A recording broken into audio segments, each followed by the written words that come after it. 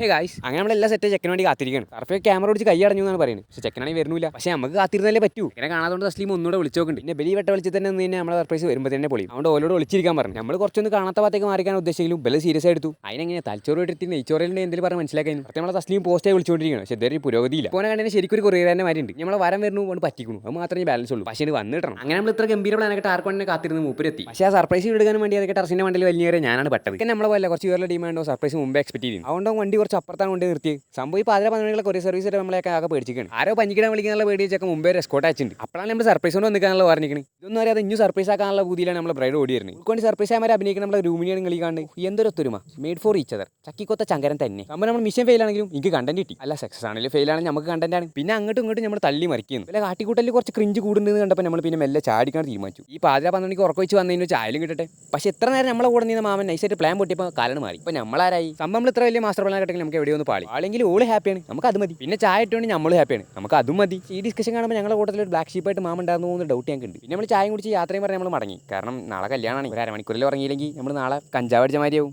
അപ്പോൾ okay, good night.